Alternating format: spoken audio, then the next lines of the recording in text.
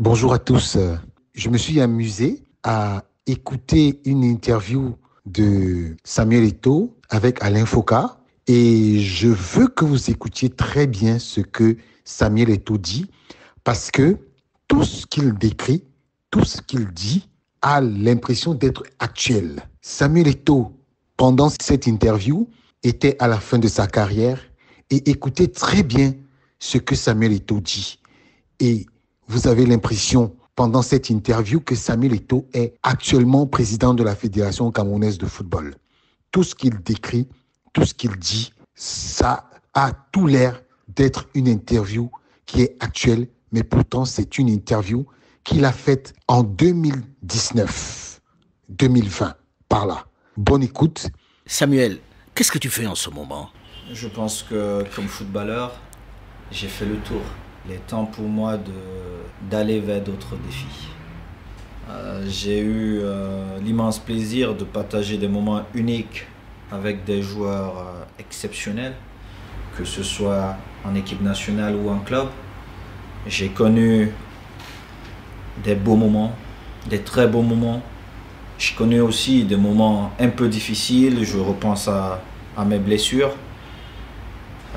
J'ai fait des kilomètres. J'ai parcouru le monde, j'ai fait d'autres découvertes et il est temps pour moi de passer et d'aller vers d'autres défis. Si tu devais retenir un moment dans cette excellente carrière, ce serait lequel? Notre Coupe d'Afrique au Nigeria, Ghana-Nigeria 2000. Ma première Coupe d'Afrique, c'est un moment unique. Je partageais pour la première fois une expérience unique dans un cadre unique. Et je me souviens encore à Soureléré, quelques heures avant cette finale, où j'étais le plus jeune et je ne partais pas au début de la compétition dans le 11 probable. Le coach me l'avait annoncé et au final, je m'étais battu. J'étais dans cette équipe et cette équipe dépendait en grande partie de mes performances. Il y a quelques heures, je ne sais pas d'où l'inspiration m'était venue et j'ai dit au ministre de l'époque, Joseph Oona, Excellence, demandez à Yaoundé de nous envoyer l'avion parce qu'on dormira à Yaoundé avec notre trophée. Et le ministre qui me regarde me dit oui et il a fait dérouter l'avion qui partait pour Garoua, les passagers. Et je dis encore à cela parce que eux, ils ont souffert. Ils devaient certainement voir leur famille. Pour d'autres, ils allaient peut-être faire des business là-bas, mais ils ont été fair play. Ils sont venus jusqu'à Lagos. Et après cette finale, on a fait le voyage vers Yaoundé et ils étaient contents. Ils avaient même oublié qu'ils partaient ailleurs. Les désagréments. C'est ce moment que je retiens. Il y a eu plusieurs finales. Il y a eu plusieurs finales, mais celle-là, elle m'a marqué. C'était la première et je dirais la meilleure. Je parle de ma première finale, mon premier trophée remporté et avec le plus beau pays au monde qui est le Cameroun. Donc ce sont des souvenirs que je garde. Et aussi la première fois que ma maman se rendait dans un stade en Europe. C'était le match Cameroun-Brésil où je marque l'un des plus beaux buts de ma carrière. Si je ne me trompe pas, ça devrait être à la 86e ou la 87e minute. Et avant le match, j'avais demandé au gars de matériel de me préparer un t-shirt où il y avait marqué « Merci maman ». Et à la fin du match, il m'a dit « Mais Samuel, est-ce que tu savais que tu allais marquer ?» Je dis « À chaque fois que je foule une pelouse, je sais que je vais marquer. » Il y a des jours où ça n'arrive pas. Mais c'est ça la différence entre le grand joueur et le bon joueur. C'est que le grand joueur est persuadé qu'il peut marquer à tout moment. Le grand joueur, il est persuadé qu'à tout moment, il peut changer le cours du match. Alors, grand moment le bon joueur va voir ce qui se passe. Grand moment de déception, c'est quoi? Le plus dur? Le plus dur, pour moi, c'était en sélection aussi. Quand en 2004, j'ai vu ce groupe unique qu'on avait réussi que Claude Leroy avait réussi a constitué se dégrader. J'ai vu comment une belle époque était en train de partir. J'étais impuissant parce que l'éternel problème de l'Afrique a ressurgi une fois de plus. C'est quoi l'éternel problème de l'Afrique? Non seulement les autres ne croient pas quand vous croyez, et si vous êtes un visionnaire, ils sont hors sujet parce qu'ils ne comprennent pas. Est-ce que vous n'avez pas créé un peu de frustration quand même au sein de ce groupe par le fait que Samuel Eto'o est un joueur d'envergure mondiale? Pendant longtemps, Samuel Eto'o était parmi les 3 meilleurs joueurs au monde. Samuel Eto'o gagnait beaucoup d'argent. Est-ce que vous n'avez pas fait étalage de cet argent-là, comme certains ont dit, au sein du club? J'ai partagé tout ce que j'avais avec mes frères, parce qu'au-delà de coéquipiers, ils étaient tous mes frères. Et c'est triste, mais vraiment triste, parce que ils n'ont jamais dit Samuel nous a aidés en dehors du cadre équipe nationale du Cameroun. Mais ils étaient les premiers à parfois financer les journalistes pour m'insulter ou dire certaines choses. Aujourd'hui, tu ne te reproches rien, Samuel? Tu ne te dis pas, j'ai eu ma part de responsabilité dans ce climat délétère qui a régné dans la tanière des lions? On en a toujours. On en a toujours. Évidemment, chacun de nous voudrait s'attribuer le bon rôle. Mais le bon rôle était de gagner pour le Cameroun. C'est la seule chose qui m'intéressait. Et de passer un bon moment en famille, c'est la deuxième chose qui m'intéressait. Parce que quand je quittais mon club, je revenais chez moi, même si on se retrouvait parfois en Europe pour des stages, le Cameroun, l'équipe nationale, c'était le chez moi, c'était le chez nous. Donc on se retrouvait pour passer un bon moment. Il n'était pas question de parler de nos comptes en banque. Mais c'est quand même incroyable. Il y a des grands joueurs partout. Est-ce qu'on conteste Zidane en France? Non. Si Zidane donne son opinion, on sait que Zidane a donné son opinion dans ce qu'il sait faire. Mais pourquoi au Cameroun, les médiocres se permettent de critiquer ceux qui sont brillants?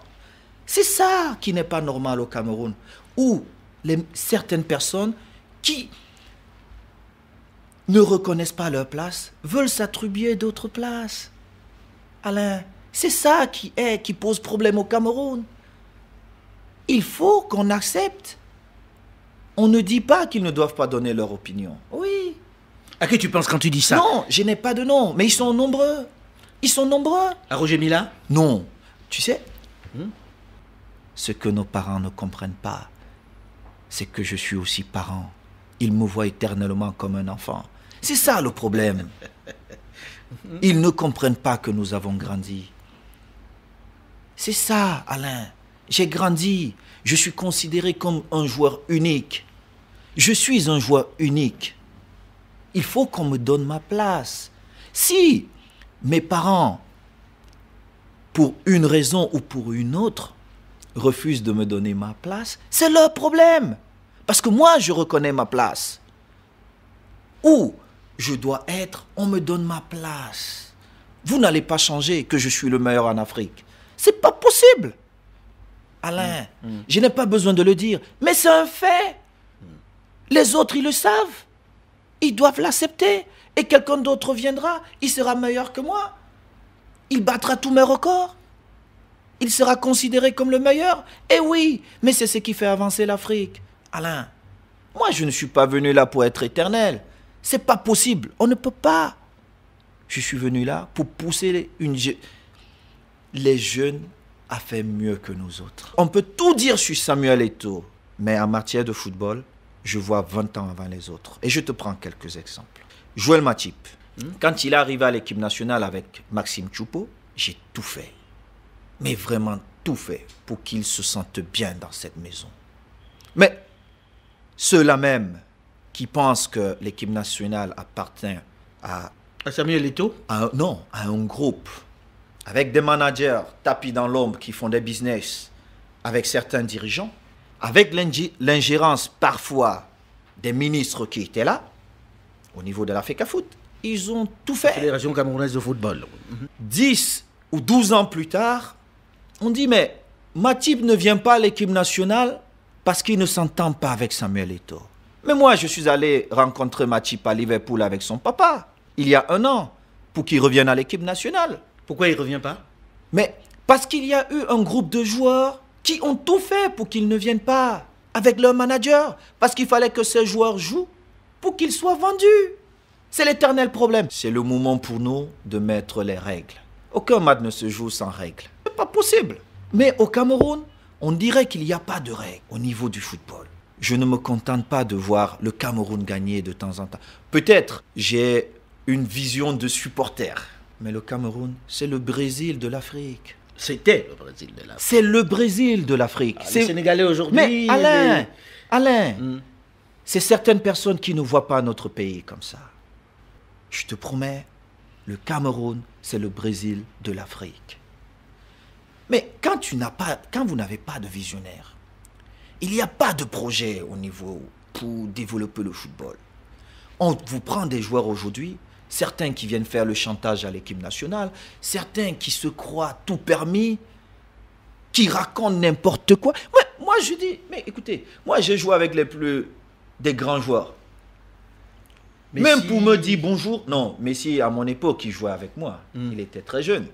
Mais il y a un certain respect des footballeurs. Il n'y a qu'au Cameroun où un jeune qui n'a même pas encore commencé, qui joue je ne sais pas où en France, il se permet de parler à un Samuel Eto'o comme si on était des camarades. Mais ce n'est pas possible.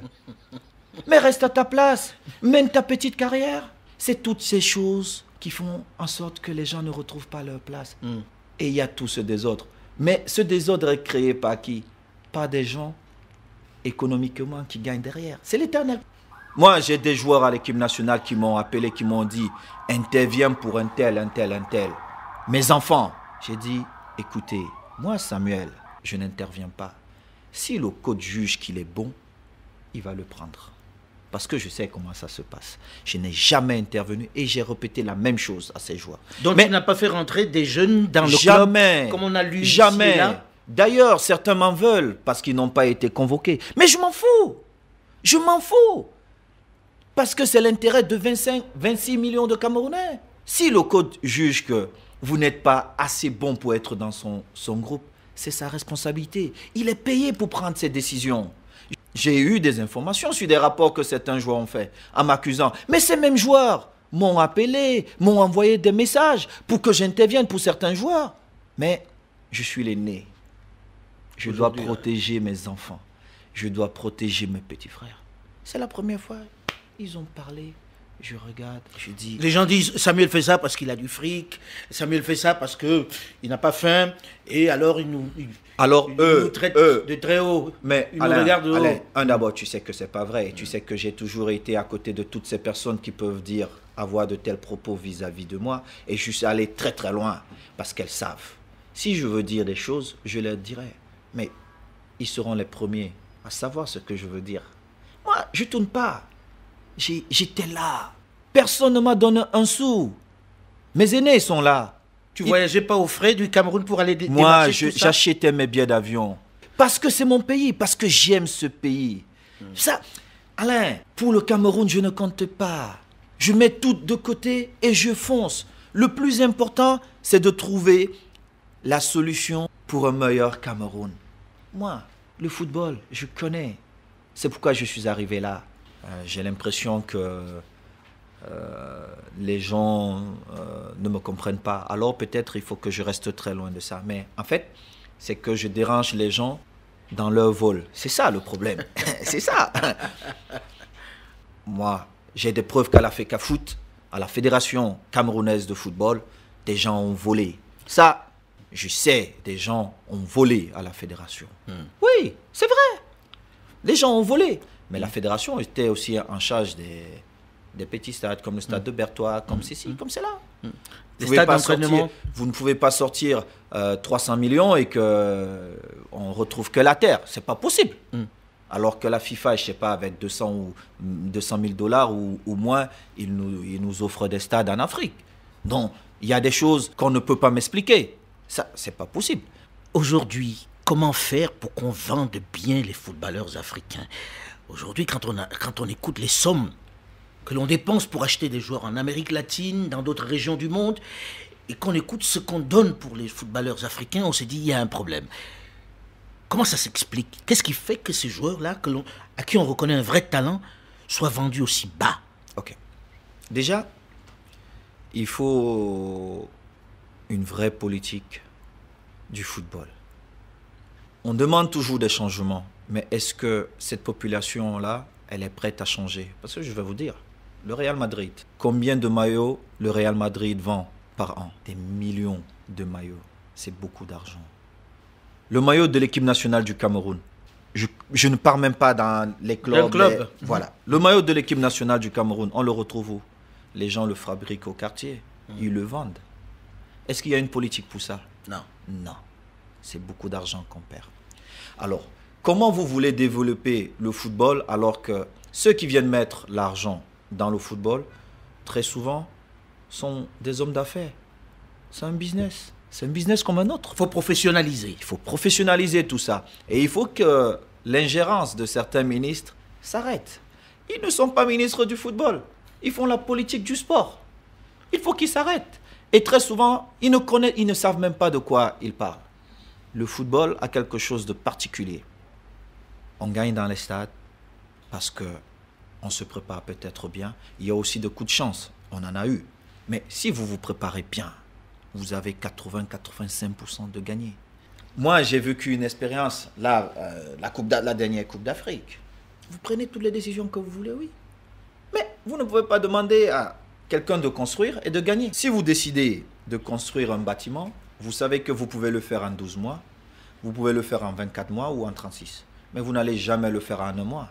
Alors, mais comment vous demandez à quelqu'un de construire en 36 mois et vous demandez qu'il y ait un résultat après un mois? Ce n'est pas possible. Il faut qu'on prenne du temps, on s'organise, qu'il y ait une vraie politique dans le football. On perd beaucoup de milliards. Beaucoup de milliards. Si tu fais, on te critique. Tu ne fais pas, on te critique. J'espère que le jour de ma mort, ils ne vont pas dire « Ah, notre pauvre Samuel ».